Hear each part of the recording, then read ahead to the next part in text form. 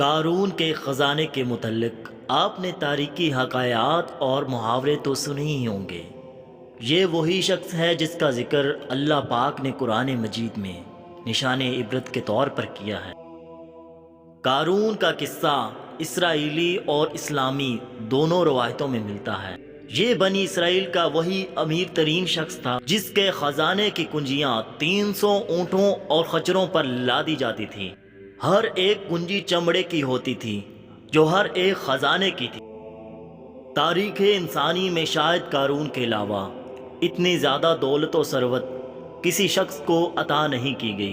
قارون حضرت موسیٰ علیہ السلام کے چچا یاسور کا بیٹا تھا۔ وہ نہایت ہی حسین اور خوبصورت آدمی تھا۔ یہی وجہ تھی کہ قطبی اور اسرائیلی لوگ اسے منور کہا کرتے تھے۔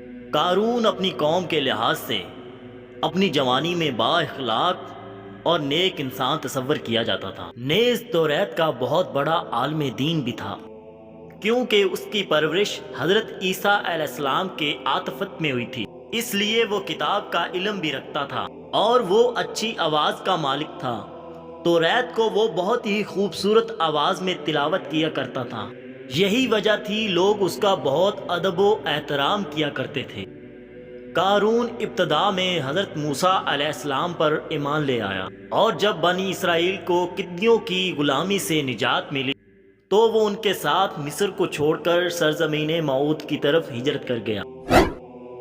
تو وہاں اس کے حالات ایک دم ہی بدل گئے اور اس کے ہاتھ میں بے شمار دولت آئی۔ دیکھتے ہی دیکھتے وہ اپنی قوم کا امیر ترین آدمی بن گیا، جس کا ذکر قرآن پاک میں اللہ تعالیٰ نے کچھ یوں کیا ہے: بے شک قارون موسیٰ کی قوم سے تھا، پھر اس نے ایک قوم پر زیادتی کی، اور ہم نے اس کو اتنے خزانے دیے جن کی کنجیاں اٹھانا ایک طاقتور جماعت پر بھاری تھیں۔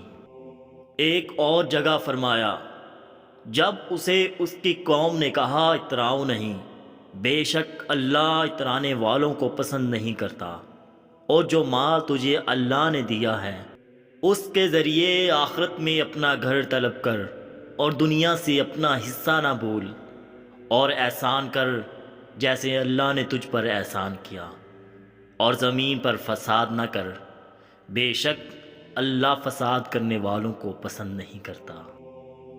جب زکوٰۃ کا حکم نازل ہوا اور حضرت موسیٰ علیہ السلام نے اس سے عہد لیا تو اس نے یہ وعدہ کیا تھا کہ اپنے مال کا 1000واں حصہ زکوٰۃ نکالے گا۔ جب اس نے اپنے مال کا حساب لگایا تو ایک بہت بڑی رقم زکوٰۃ کی نکلی، لہٰذا اس کے دل میں حرص اور لالچ پیدا ہو گئی اور وہ زکوٰۃ کا منکر ہو گیا۔ اس نے ایک گندی چال چلی۔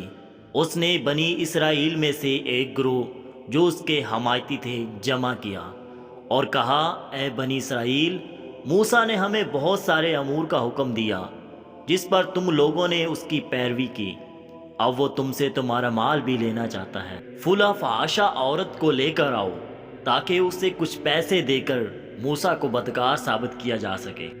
قارون نے اپنی قوم کے لوگوں کو جمع کیا اور حضرت موسیٰ علیہ السلام سے پوچھا: زنا کی کیا سزا ہے؟ حضرت موسیٰ علیہ السلام نے کہا: جو بھی زنا کرے، حالانکہ اس کی بیوی ہی کیوں نہ ہو، اسے سنسار کیا جائے گا، اور یہاں تک کہ وہ مر جائے۔ قارون نے حضرت موسیٰ علیہ السلام سے کہا: حتیٰ کہ اگر یہ کام آپ نے ہی انجام دیا ہو تو بھی؟ موسیٰ علیہ السلام نے کہا: ہاں، حتیٰ کہ اس کام کو اگر میں بھی انجام دوں تو یہی حکم ہے۔ قارون نے کہا: بنی اسرائیل یہ گمان کرتے ہیں کہ آپ نے فلاں فحاشہ عورت سے زنا کیا ہے۔ حضرت موسیٰ علیہ السلام نے فرمایا کہ اس عورت کو میرے سامنے لاؤ، لہٰذا وہ عورت بلائی گئی تو آپ نے فرمایا: اے عورت، اس اللہ کی قسم جس نے بنی اسرائیل کے لیے دریا کو پھاڑ دیا اور عافیت و سلامتی کے لیے دریا کے پار کرا کر فرعون سے نجات دی، سچ کہہ دے کہ واقعہ کیا ہے۔ حضرت موسیٰ کے جلال سے عورت سہم کر کانپنے لگی اور اس مجمع عام میں صاف صاف کہہ دیا کہ اے اللہ کے نبی، مجھ کو قارون نے کثیر دولت دیکھ کر آپ پر بہتان لگانے کے لیے آمادہ کیا ہے۔